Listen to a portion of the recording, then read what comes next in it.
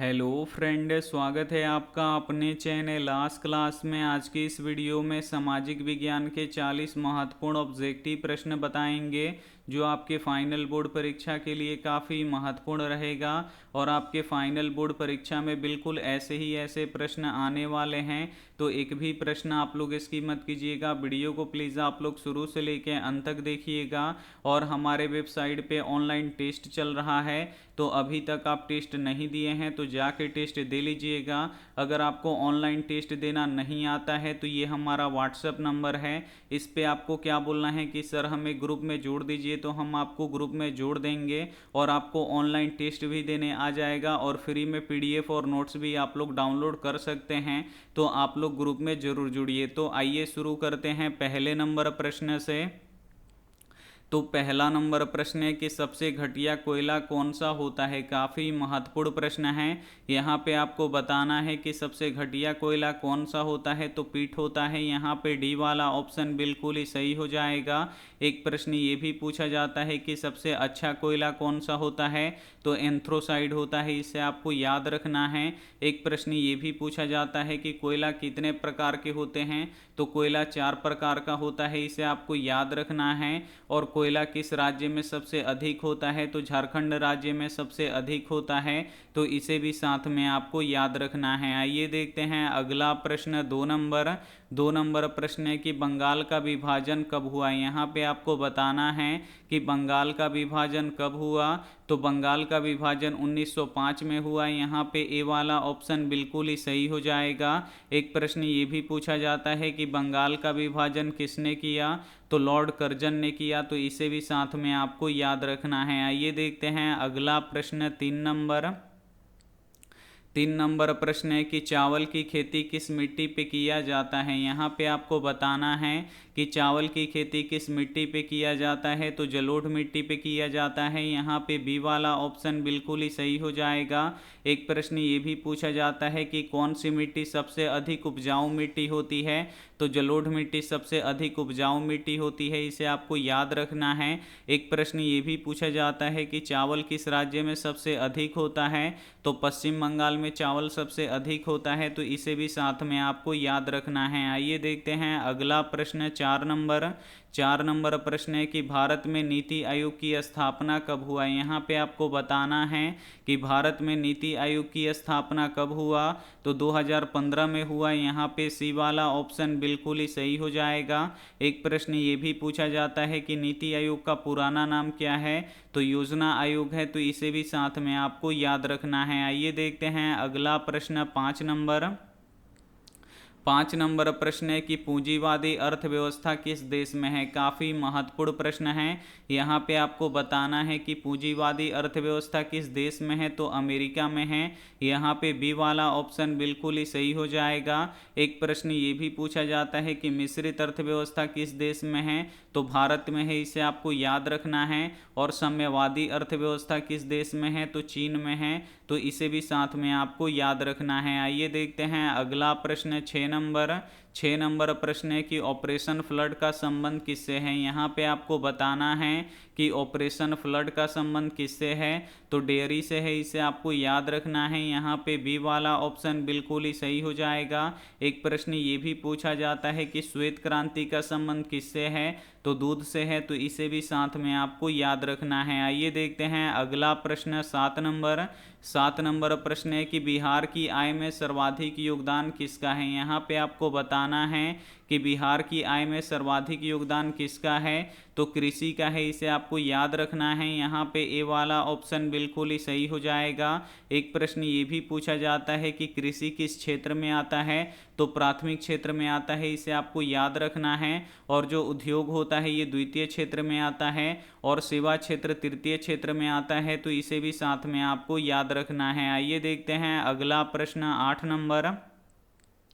8 number प्रश्न है कि अंकोर वाट का मंदिर कहाँ स्थित है। यहाँ पे आपको बताना है कि अंकोर वाट का मंदिर कहाँ पे स्थित है, तो कंबोडिया में स्थित है, इसे आपको याद रखना है। यहाँ पे सी वाला ऑप्शन बिल्कुल ही सही हो जाएगा। एक प्रश्न ये भी पूछा जाता है कि अंकोर वाट के मंदिर का निर्माण किसने करवाया था, तो सूर्यवर्मन द्वितीय ने करवाया था, इसे आपको याद रखना है। और अंकोर वाट के मंदिर में किस हिंदू देवता की पूजा होता है, तो भगवान विष्णु का पूजा होता है, तो इसे भी साथ में आपको याद रखना है। आइए देखते हैं अगला प्रश्न 9 नंबर प्रश्न है कि प्राणियों के शरीर में कितना प्रतिशत जल पाया जाता है। काफी महत्वपूर्ण प्रश्न है और ये प्रश्न बोर्ड परीक्षा में बार बार पूछा जाता है। यहाँ पे आपको बताना है कि प्राणियों के शरीर में कितना प्रतिशत जल पाया जाता है, तो प्राणियों के शरीर में 65% जल पाया जाता है, इसे आपको याद रखना है। यहाँ पे सी वाला ऑप्शन बिल्कुल ही सही हो जाएगा। आइए देखते हैं अगला प्रश्न 10 नंबर प्रश्न है कि हिंद चीन पहुंचने वाले प्रथम व्यापारी कौन थे। यहाँ पे आपको बताना है कि हिंद चीन पहुंचने वाले प्रथम व्यापारी कौन थे, तो पुर्तगाली थे, इसे आपको याद रखना है। यहाँ पे सी वाला ऑप्शन बिल्कुल ही सही हो जाएगा। एक प्रश्न ये भी पूछा जाता है कि हिंद चीन क्षेत्र में कौन कौन से देश आते थे, तो लाओस, कंबोडिया और वियतनाम आते थे, तो इसे भी साथ में आपको याद रखना है। आइए देखते हैं अगला प्रश्न 11 नंबर प्रश्न है कि सोने के आभूषणों की शुद्धता की पहचान किस चिन्ह से की जाती है। काफ़ी महत्वपूर्ण प्रश्न है। यहाँ पे आपको बताना है कि सोने की आभूषणों की शुद्धता की पहचान किस चिन्ह से की जाती है, तो हॉलमार्क से की जाती है, इसे आपको याद रखना है। यहाँ पे बी वाला ऑप्शन बिल्कुल ही सही हो जाएगा। और शुद्ध सोना कितने कैरेट का होता है, तो 24 कैरेट का होता है, इसे आपको याद रखना है। और कितने कैरेट से आभूषण बनता है, तो 22 कैरेट सोना से आभूषण बनता है, इसे आपको याद रखना है। और शुद्ध सोना कैसा होता है, तो मुलायम होता है, तो इसे भी साथ में आपको याद रखना है। आइए देखते हैं अगला प्रश्न 12 नंबर प्रश्न है कि समाजवादियों का बाइबिल किसे कहा जाता है। यहाँ पे आपको बताना है कि समाजवादियों का बाइबिल किसे कहा जाता है, तो दास कैपिटल को कहा जाता है। यहाँ पे बी वाला ऑप्शन बिल्कुल ही सही हो जाएगा। एक प्रश्न ये भी पूछा जाता है कि दास कैपिटल किसने लिखा था, तो कार्ल मार्क्स ने लिखा था, इसे आपको याद रखना है। एक प्रश्न ये भी पूछा जाता है कि वार एंड पीस किसने लिखा था, तो लियो टोल्स्टॉय ने लिखा था, तो इसे भी साथ में आपको याद रखना है। आइए देखते हैं अगला प्रश्न 13 नंबर प्रश्न है कि भारत में एक संगठित पूंजी बाजार है। यहाँ पे आपको बताना है कि भारत में एक संगठित पूंजी बाजार है, तो मुंबई है, इसे आपको याद रखना है। यहाँ पे डी वाला ऑप्शन बिल्कुल ही सही हो जाएगा। एक प्रश्न ये भी पूछा जाता है कि भारत की वित्तीय राजधानी किस शहर को कहा जाता है, तो मुंबई को कहा जाता है, तो इसे भी साथ में आपको याद रखना है। आइए देखते हैं अगला प्रश्न 14 नंबर प्रश्न है कि भारत में आपातकाल की घोषणा कब हुई। काफ़ी महत्वपूर्ण प्रश्न है। यहाँ पे आपको बताना है कि भारत में आपातकाल की घोषणा कब हुई, तो 1975 में हुई। यहाँ पे बी वाला ऑप्शन बिल्कुल ही सही हो जाएगा। आइए देखते हैं अगला प्रश्न 15 नंबर प्रश्न है कि भारत में लोकतंत्र के कितने अंग हैं। यहाँ पे आपको बताना है कि भारत में लोकतंत्र के कितने अंग हैं, तो भारत में लोकतंत्र के 3 अंग हैं, इसे आपको याद रखना है। यहाँ पे बी वाला ऑप्शन बिल्कुल ही सही हो जाएगा।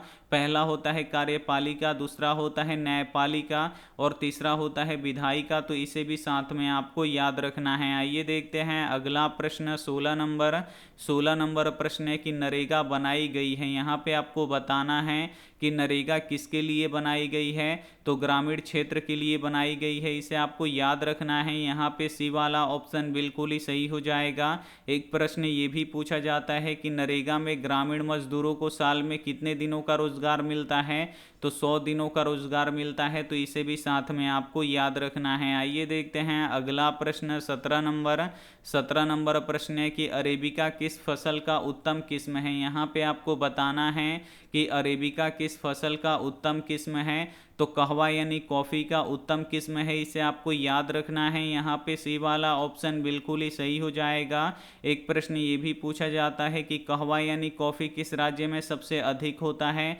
तो कर्नाटक में सबसे अधिक होता है, तो इसे भी साथ में आपको याद रखना है। आइए देखते हैं अगला प्रश्न 18 नंबर प्रश्न है कि फाल्टा विशेष आर्थिक क्षेत्र कहाँ स्थित है। यहाँ पे आपको बताना है कि फाल्टा विशेष आर्थिक क्षेत्र कहाँ स्थित है, तो पश्चिम बंगाल में स्थित है, इसे आपको याद रखना है। यहाँ पे सी वाला ऑप्शन बिल्कुल ही सही हो जाएगा। एक प्रश्न ये भी पूछा जाता है कि गिर वन कहाँ पे है, तो गिर वन गुजरात में है, इसे आपको याद रखना है। एक प्रश्न ये भी पूछा जाता है कि सुंदरवन किस राज्य में है, तो पश्चिम बंगाल में है, तो इसे भी साथ में आपको याद रखना है। आइए देखते हैं अगला प्रश्न 19 नंबर प्रश्न है कि निम्न में से कौन सा देश विकसित देश है। इसमें से आपको बताना है कि कौन सा देश विकसित देश है, तो जो अमेरिका है ये विकसित देश है, इसे आपको याद रखना है। यहाँ पे ए वाला ऑप्शन बिल्कुल ही सही हो जाएगा। और भारत कैसा देश है, तो भारत विकासशील देश है, तो इसे भी साथ में आपको याद रखना है। आइए देखते हैं अगला प्रश्न 20 नंबर प्रश्न है कि सरकार की नवीन आर्थिक नीति का अंग है। यहाँ पे आपको बताना है कि सरकार की नवीन आर्थिक नीति का अंग क्या है, तो उदारीकरण, निजीकरण, वैश्वीकरण, ये तीनों है, इसे आपको याद रखना है। तो यहाँ पे डी वाला ऑप्शन बिल्कुल ही सही हो जाएगा। और नवीन आर्थिक नीति को कब अपनाया गया था, यानी नई आर्थिक नीति को कब अपनाया गया था, तो 1991 में अपनाया गया था, तो इसे भी साथ में आपको याद रखना है। आइए देखते हैं अगला प्रश्न 21 नंबर प्रश्न है कि फूट डालो और राज करो की नीति किसने अपनाई थी। काफ़ी महत्वपूर्ण प्रश्न है। यहाँ पे आपको बताना है कि फूट डालो और राज करो की नीति किसने अपनाई थी, तो अंग्रेजों ने अपनाया था, इसे आपको याद रखना है। यहाँ पे ए वाला ऑप्शन बिल्कुल ही सही हो जाएगा। एक प्रश्न ये भी पूछा जाता है कि अंग्रेजों ने भारतीय अर्थव्यवस्था का क्या किया, तो शोषण किया, तो इसे भी साथ में आपको याद रखना है। आइए देखते हैं अगला प्रश्न 22 नंबर प्रश्न है कि रूसो कहाँ के दार्शनिक था। यहाँ पे आपको बताना है कि रूसो कहाँ का दार्शनिक था, तो जो रूसो था ये फ्रांस का दार्शनिक था, इसे आपको याद रखना है। यहाँ पे बी वाला ऑप्शन बिल्कुल ही सही हो जाएगा। एक प्रश्न ये भी पूछा जाता है कि दुनिया का सबसे बड़ा देश कौन सा है, तो दुनिया का सबसे बड़ा देश रूस है, तो इसे भी साथ में आपको याद रखना है। आइए देखते हैं अगला प्रश्न 23 नंबर प्रश्न है कि महासागर के तली में होने वाले कंपन को किस नाम से जाना जाता है। यहाँ पे आपको बताना है कि महासागर के तली में होने वाले कंपन को किस नाम से जाना जाता है, तो सुनामी के नाम से जाना जाता है, इसे आपको याद रखना है। यहाँ पे सी वाला ऑप्शन बिल्कुल ही सही हो जाएगा। एक प्रश्न ये भी पूछा जाता है कि सुनामी किस देश की भाषा है, तो यहाँ पे देखिए सुनामी किस भाषा से लिया गया है, तो ये जापानी भाषा से लिया गया है, इसे आपको याद रखना है। और सुनामी का संबंध किससे है, तो समुद्र से है, तो इसे भी साथ में आपको याद रखना है। आइए देखते हैं अगला प्रश्न 24 नंबर प्रश्न है कि बिहार की किस नदी की उत्पत्ति अमरकंटक से हुआ है। काफ़ी महत्वपूर्ण प्रश्न है ये आपके बोर्ड परीक्षा के लिए। यहाँ पे आपको बताना है कि बिहार की किस नदी का उत्पत्ति अमरकंटक से हुआ है, तो सोन नदी का हुआ है, इसे आपको याद रखना है। यहाँ पे सी वाला ऑप्शन बिल्कुल ही सही हो जाएगा। एक प्रश्न ये भी पूछा जाता है कि किस नदी को बिहार का शोक कहा जाता है, तो कोसी नदी को बिहार का शोक कहा जाता है, तो इसे भी साथ में आपको याद रखना है। आइए देखते हैं अगला प्रश्न 25 नंबर प्रश्न है कि भूकंप प्रभावित क्षेत्रों में मकान का निर्माण कैसी होनी चाहिए। यहाँ पे आपको बताना है कि भूकंप प्रभावित क्षेत्रों में मकान कैसे होने चाहिए, तो आयताकार होने चाहिए, इसे आपको याद रखना है। यहाँ पे डी वाला ऑप्शन बिल्कुल ही सही हो जाएगा। एक प्रश्न ये भी पूछा जाता है कि भूकंप की तीव्रता को हम किससे मापते हैं, तो रिएक्टर स्केल से मापते हैं, तो इसे भी साथ में आपको याद रखना है। आइए देखते हैं अगला प्रश्न 26 नंबर प्रश्न है कि सबसे अधिक आबादी वाला जिला कौन सा है। यहाँ पे आपको बताना है कि सबसे अधिक आबादी वाला जिला कौन सा है, तो पटना जिला है, इसे आपको याद रखना है। यहाँ पे सी वाला ऑप्शन बिल्कुल ही सही हो जाएगा। एक प्रश्न ये भी पूछा जाता है कि बिहार के किस जिले की प्रति व्यक्ति आय सबसे अधिक है, तो पटना जिला का प्रति व्यक्ति आय सबसे अधिक है, और शिवहर जिला का जो प्रति व्यक्ति आय है ये सबसे कम है, तो इसे भी साथ में आपको याद रखना है। आइए देखते हैं अगला प्रश्न 27 नंबर प्रश्न है कि किस देश की सीमा बिहार से जुड़ी है। यहाँ पे आपको बताना है कि किस देश की सीमा बिहार से जुड़ी है, तो नेपाल की जो सीमा है ये बिहार से जुड़ी हुई है, इसे आपको याद रखना है। यहाँ पे ए वाला ऑप्शन बिल्कुल ही सही हो जाएगा। आइए देखते हैं अगला प्रश्न 28 नंबर। 28 नंबर प्रश्न है कि पटना में गोलघर किस उद्देश्य से बनाया गया था। यहाँ पे आपको बताना है कि पटना में गोलघर किस उद्देश्य से बनाया गया था, तो अनाज रखने के लिए बनाया गया था, इसे आपको याद रखना है। यहाँ पे सी वाला ऑप्शन बिल्कुल ही सही हो जाएगा। एक प्रश्न ये भी पूछा जाता है कि गोलघर कब बना था, तो 1786 ईस्वी में बना था, तो इसे भी साथ में आपको याद रखना है। आइए देखते हैं अगला प्रश्न 29 नंबर। 29 नंबर प्रश्न है कि भारतीय राष्ट्रीय कांग्रेस की स्थापना किसने किया। काफ़ी महत्वपूर्ण प्रश्न है। यहाँ पे आपको बताना है कि भारतीय राष्ट्रीय कांग्रेस की स्थापना किसने किया, तो ए.ओ. ह्यूम ने किया। यहाँ पे ए वाला ऑप्शन बिल्कुल ही सही हो जाएगा। और भारतीय राष्ट्रीय कांग्रेस का स्थापना कब हुआ था, तो 1885 में हुआ था, इसे आपको याद रखना है। और भारतीय राष्ट्रीय कांग्रेस के पहले अध्यक्ष कौन थे, तो व्योमेश चंद्र बनर्जी थे, तो इसे भी साथ में आपको याद रखना है। आइए देखते हैं अगला प्रश्न 30 नंबर। 30 नंबर प्रश्न है कि पटना का प्राचीन नाम क्या है। यहाँ पे आपको बताना है कि पटना का प्राचीन नाम यानी पुराना नाम क्या है, तो पाटलिपुत्र है, इसे आपको याद रखना है। यहाँ पे बी वाला ऑप्शन बिल्कुल ही सही हो जाएगा। एक प्रश्न ये भी पूछा जाता है कि पटना शहर किस नदी के किनारे बसा हुआ है, तो गंगा नदी के किनारे बसा हुआ है, तो इसे भी साथ में आपको याद रखना है। आइए देखते हैं अगला प्रश्न 31 नंबर। 31 नंबर प्रश्न है कि अमेरिका का पता किसने लगाया। यहाँ पे आपको बताना है कि अमेरिका देश का पता किसने लगाया, तो कोलंबस ने लगाया, इसे आपको याद रखना है। यहाँ पे सी वाला ऑप्शन बिल्कुल ही सही हो जाएगा। एक प्रश्न ये भी पूछा जाता है कि भारत का खोज यानी भारत का पता किसने लगाया, तो वास्को डिगम्बा ने लगाया, इसे आपको याद रखना है। और वास्को डिगम्बा ने भारत का खोज कब किया था, तो 1498 ईस्वी में किया था, तो इसे भी साथ में आपको याद रखना है। आइए देखते हैं अगला प्रश्न 32 नंबर। 32 नंबर प्रश्न है कि भारत के किस राज्य में सबसे अधिक चीनी मिल है। यहाँ पे आपको बताना है कि भारत के किस राज्य में सबसे अधिक चीनी मिल है, तो उत्तर प्रदेश में है, इसे आपको याद रखना है। यहाँ पे सी वाला ऑप्शन बिल्कुल ही सही हो जाएगा। एक प्रश्न ये भी पूछा जाता है कि किस राज्य में ईख सबसे अधिक होता है, तो उत्तर प्रदेश में ईख सबसे अधिक होता है, तो इसे भी साथ में आपको याद रखना है। आइए देखते हैं अगला प्रश्न 33 नंबर।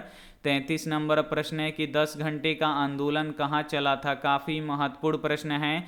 यहाँ पे आपको बताना है कि 10 घंटे का आंदोलन कहाँ चला था, तो इंग्लैंड में चला था, इसे आपको याद रखना है। यहाँ पे ए वाला ऑप्शन बिल्कुल ही सही हो जाएगा। एक प्रश्न ये भी पूछा जाता है कि औद्योगिक क्रांति किस देश में हुआ था, तो औद्योगिक क्रांति इंग्लैंड में ही हुआ था, तो इसे भी साथ में आपको याद रखना है। आइए देखते हैं अगला प्रश्न 34 नंबर। 34 नंबर प्रश्न है कि विश्व के प्राचीनतम शहर कहाँ बसे थे। यहाँ पे आपको बताना है कि विश्व के प्राचीनतम शहर कहाँ बसे थे, तो मेसोपोटामिया में बसे थे, इसे आपको याद रखना है। यहाँ पे ए वाला ऑप्शन बिल्कुल ही सही हो जाएगा। आइए देखते हैं अगला प्रश्न 35 नंबर। 35 नंबर प्रश्न है कि किस राज्य में चाय पत्ती सबसे अधिक होता है। काफ़ी महत्वपूर्ण प्रश्न है। यहाँ पे आपको बताना है कि किस राज्य में चाय पत्ती सबसे अधिक होता है, तो असम राज्य में चाय पत्ती सबसे अधिक होता है, इसे आपको याद रखना है। यहाँ पे ए वाला ऑप्शन बिल्कुल ही सही हो जाएगा। एक प्रश्न ये भी पूछा जाता है कि किस राज्य में खनिज तेल सबसे अधिक है, तो असम राज्य में खनिज तेल सबसे अधिक है, तो इसे भी साथ में आपको याद रखना है। आइए देखते हैं अगला प्रश्न 36 नंबर। 36 नंबर प्रश्न है कि राष्ट्रीय आय में सम्मिलित रहता है। यहाँ पे आपको बताना है कि राष्ट्रीय आय में क्या सम्मिलित रहता है, तो घरेलू उद्योगों की आय और विदेशों से प्राप्त आय, ये दोनों क्या होता है, सम्मिलित रहता है, तो यहाँ पे सी वाला ऑप्शन बिल्कुल ही सही हो जाएगा। आइए देखते हैं अगला प्रश्न 37 नंबर। 37 नंबर प्रश्न है कि बिहार का पिछड़ेपन का क्या कारण है। यहाँ पे आपको बताना है कि बिहार का पिछड़ेपन का क्या कारण है, तो जनसंख्या का तीव्र वृद्धि ये भी है, कृषि पर अत्यधिक भार ये भी है, बाढ़ एवं सूखा का प्रकोप ये भी है, यानी इनमें से सभी है, तो यहाँ पे डी वाला ऑप्शन बिल्कुल ही सही हो जाएगा। आइए देखते हैं अगला प्रश्न 38 नंबर। 38 नंबर प्रश्न है कि मुखिया का कार्यकाल कितने वर्षों का होता है। यहाँ पे आपको बताना है कि मुखिया का कार्यकाल कितने वर्षों का होता है। तो मुखिया का जो कार्यकाल होता है ये 5 वर्षों का होता है। यहाँ पे सी वाला ऑप्शन बिल्कुल ही सही हो जाएगा। और मुखिया बनने के लिए आयु कितना होना चाहिए, तो 18 वर्ष होना चाहिए, इसे आपको याद रखना है। और विधायक बनने के लिए भी न्यूनतम आयु कितना होना चाहिए, तो 18 वर्ष होना चाहिए, तो इसे भी साथ में आपको याद रखना है। आइए देखते हैं अगला प्रश्न 39 नंबर प्रश्न है कि नागार्जुन परियोजना किस नदी पर स्थित है। यहाँ पे आपको बताना है कि नागार्जुन परियोजना किस नदी पर स्थित है, तो ये कृष्णा नदी पर स्थित है, इसे आपको याद रखना है। यहाँ पे बी वाला ऑप्शन बिल्कुल ही सही हो जाएगा। आइए देखते हैं अंतिम प्रश्न 40 नंबर प्रश्न है कि रूस में आर्थिक नीति कब लागू की गई। काफ़ी महत्वपूर्ण प्रश्न है। यहाँ पे आपको बताना है कि रूस में आर्थिक नीति कब लागू की गई थी, तो 1921 में की गई थी, इसे आपको याद रखना है। यहाँ पे ए वाला ऑप्शन बिल्कुल ही सही हो जाएगा। सामाजिक विज्ञान के 40 महत्वपूर्ण ऑब्जेक्टिव प्रश्न हम आपको बता चुके हैं, तो इसमें से जो भी प्रश्न आपको याद ना हो तो प्लीज़ आप लोग उसे नोटबुक पे लिख के ज़रूर याद कर लीजिएगा। अगर आपको ऑनलाइन टेस्ट देने नहीं आता है तो आप हमारे व्हाट्सएप ग्रुप में जुड़ जाइए। अगर एक बार आप लोग हमारे व्हाट्सएप ग्रुप में जुड़ जाइएगा तो आप लोग ऑनलाइन टेस्ट दे सकते हैं, फ्री में PDF और नोट्स डाउनलोड कर सकते हैं। तो ये हमारा व्हाट्सएप नंबर है 87 89 30 73 04। इस पे आपको बोलना है कि सर हमें ग्रुप में जोड़ दीजिए, तो हम आपको ग्रुप में जोड़ देंगे। और साथ में हम आपको ये भी बता देंगे कि आप लोग ऑनलाइन टेस्ट कैसे दे सकते हैं, PDF और नोट्स कैसे डाउनलोड कर सकते हैं। तो आप लोग हमारे ग्रुप में ज़रूर जुड़िए। और हमारे वेबसाइट पे टेस्ट चल रहा है, तो आप लोग टेस्ट ज़रूर जाके दीजिए। Thank you for watching. मिलते हैं अगले वीडियो में, तब तक अपना ध्यान रखिए, मन लगा के पढ़ाई कीजिए। Take care and bye.